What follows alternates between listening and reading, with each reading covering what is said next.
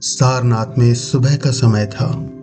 हल्की सी ठंडक हवा में घुली हुई थी। पीपल के पत्तों के बीच से सूरज की किरणें जमीन पर गिर रही थी।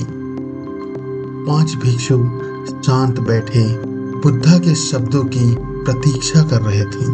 आज उनका प्रथम उपदेश होने वाला था। तभी दूर से किसी के तेज कदमों की आवाज आई। एक युवा व्यक्ति जिसका चेहरा पसीने से उलझन से भरा हुआ था, भीड़ को चीरता हुआ आगे आ गया। उसका नाम था उपतिसा, मगध का एक व्यापारी पुत्र। आंखों के नीचे काले घेरे, उंगलियां कांप रही थी। वो अचानक बुद्धा के सामने गिर पड़ा। सब भिक्षु चौंक गए।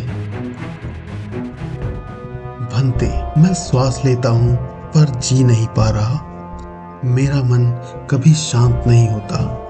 ये पहला उपदेश था और ये व्यक्ति नियम तोड़कर बीच में से बोल पड़ा था।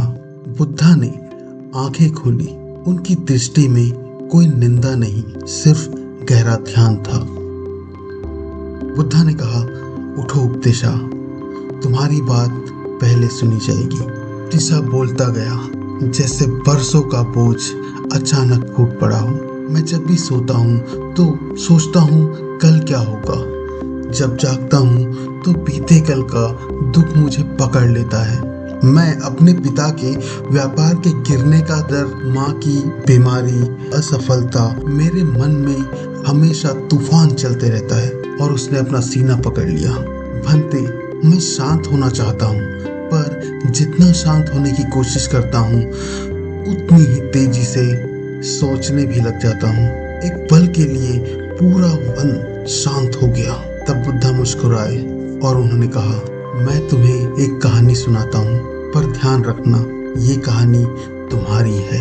सब भिक्षु सीधे बैठ गए ये सुनने के लिए कि अब बुद्धा क्या कहेंगे। बुद्धा ने कहा, बहुत पहले गंगा के किनारे एक कमल खिलता था, बेहद सुंदर। पर उस कमल को एक ही डर सताता रहता था कि अगर कल तूफान आया तो क्या होगा। ये डर उसे पल पल मारे जा रहा था। हर समय वो यही सोचता रहता कि अगर रात को तूफान आ गया तो क्या होगा, अगर तूफान ने मुझे बहा कर ले गया तो क्या होगा। हर रात वो सोचता, मेरी पंखुड़ियां टूट जाएगी तो क्या होगा। और एक दिन सच में तूफान आ गया। उपतिसा की सांस तेज हो गई। तेज हवा, बारिश, गरज, सब कुछ था। बुद्धा बोले, पर तूफान के बाद जब सूरज निकला, कमल अब भी वहीं था। उपतिसा ने पूछा, पर कैसे? बुद्धा की आवाज धीमी हो गई, क्योंकि कमल ने तूफान से लड़ने की कोशिश नहीं की, उसने बस बहते रहना सीख लिया था। उपतिसा अचानक बोला, पर भंते, कमल को तो दर्द महसूस नहीं होता, मैं तो रोज महसूस करता हूँ। बुद्धा ने जमीन से एक सूखा पत्ता उठाया। ये पत्ता हमेशा ये सोचता रहा कि कल गिर जाऊंगा, और इसी डर में ये पूरी जिंदगी जिया और गिरने से पहले ही सूखा हो गया। फिर बुद्धा ने उपतिसा की आंखों में देखा, तुम्हारी चिंता भविष्य का तूफान नहीं बल्कि तूफान की कल्पना है। और याद रखना, कल्पना कभी वर्तमान नहीं हो सकती, और जो भी कल्पना में जीता है वो गहरे दुख, अंधविश्वास और हर वक्त चिंता में डूबा रहता है। उपतिसा की आवाज कांप उठी। तो फिर अगर कल सच में दुख आ गया तो?